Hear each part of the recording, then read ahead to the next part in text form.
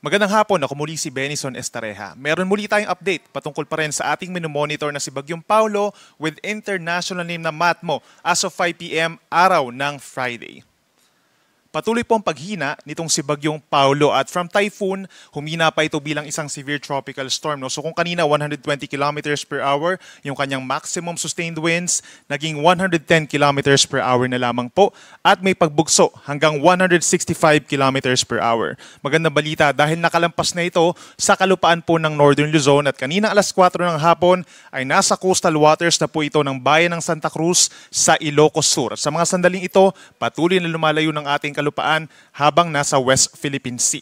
Isa pang magandang balita, patuloy ang pagbilis din nitong si Bagyong Paulo palayo ng ating kalupaan, moving west-northwest at 35 kilometers per hour. Base sa ating latest satellite animation, nahagip pa rin po directly nitong si Bagyong Paulo ang malaking bahagi ng Northern and Central Luzon, lalo na yung western sections, Ilocos Region, Cordillera Region, Zambales, Bataan, medyo mabagyo pa rin po, no? Mataas ang tsansa ng mga ulan at malakas na hangin sa mga susunod na oras.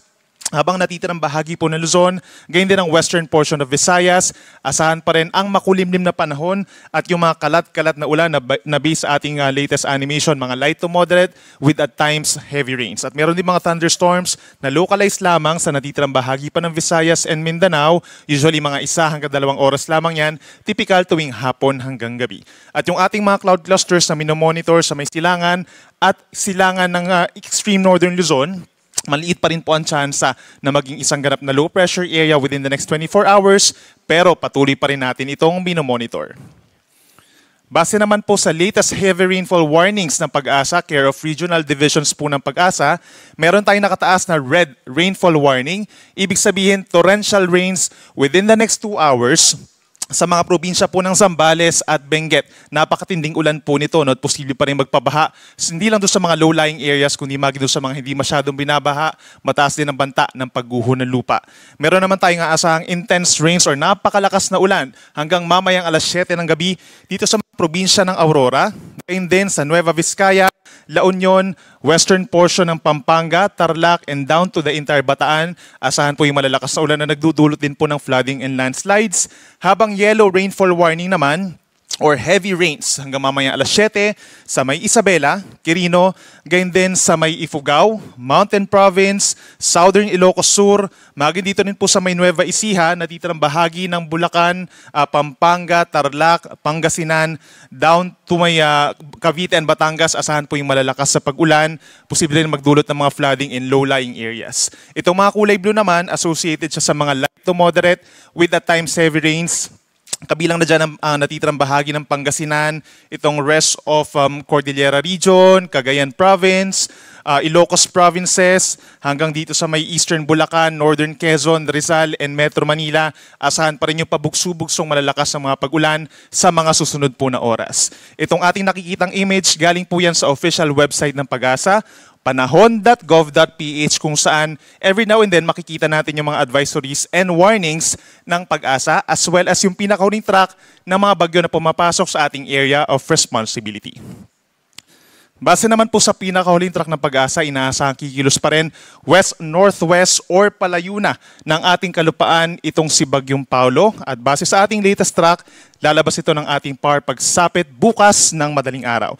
Naglandfall po for the first and only time itong si Bagyong Paulo po kaninang alas 9 ng umaga dito po sa may Dinapigue, Isabela, at nag-exit ng landmass around 4 or 5 in the afternoon dito sa may bayan ng Santa Cruz sa Ilocos Sur. At base rin sa ating intensity, severe tropical storm po ito sa ngayon, naging malaking factor yung paghina niya from a typhoon bago siya mag-landfall 130 kph. Tapos naging 110 kph nung tumama po sa kalupaan dahil dun sa rugged terrain ng Cordillera Region. At pagsapit naman dito sa West Philippine Sea, pagbalik niya sa katubigan, muli siyang kukuha ng enerhiya at lalakas muli hanggang 140 kilometers per hour paglabas na ng ating area of responsibility. May kalawakan din po ang bagyo, nasa 450 kilometers sa itaas na bahagi at 250 kilometers naman sa ilalim na bahagi, kaya nahagip pa rin malaking bahagi ng Northern and Central Luzon. At nasa edge pa rin po ang Metro Manila, Rizal, and Northern Quezon nung outer radius or pinakang outer part nitong si Bagyong Paulo. Kaya paminsan-minsan po talaga nararamdaman natin yung mga pagbugso ng hangin. Maging dito rin sa lalawigan ng Bataan. Sa ngayon po, dahil siya ay severe tropical storm, meron na tayong nakataas na wind signal number 3. So tinanggal na po natin yung signal number 4.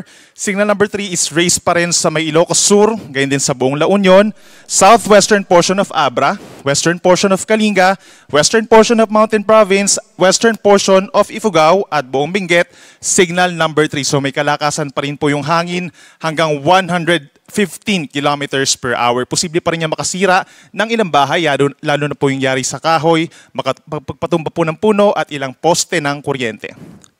Signal number 2 naman sa may southern portion of Ilocos Norte, gayon din sa buong Pangasinan, signal number 2, rest of Abra, rest of Kalinga, natitirang bahagi ng Mountain Province at ng Ifugao, gayon din sa western portion of Isabela, northwestern portion of Quirino, northern and central portions of Nueva Vizcaya at hilagang bahagi ng Nueva Ecija, signal number 2. Habang nakataas pa rin ang wind signal number 1 dito po sa natitirang bahagi ng Ilocos Norte, buong Apayao, gayon din ng Batanes, buong Cagayan, kabilang ng Babuyan Islands, natitirang bahagi ng mga probinsya ng Isabela, Quirino at Nueva Vizcaya. Signal number 1 din sa buong Aurora, natitirang bahagi ng Nueva Ecija, maging sa Tarlac, Zambales, buong Pampanga at buong Bulacan, signal number 1, at sa northern portion of Quezon, kabilang ang Polillo Islands. So binaba na po natin yung mga wind signals sa karamihan ng mga nasa silangang parte po ng northern and central Luzon. Tinanggal na rin natin yung wind signal sa may Camarines Norte. In hours succeeding po ng mga bulletins, posibleng mas makakaunti pa po yung mga wind signals natin at mas bababa pa yung mga wind signals sa may western section po ng northern and central Luzon.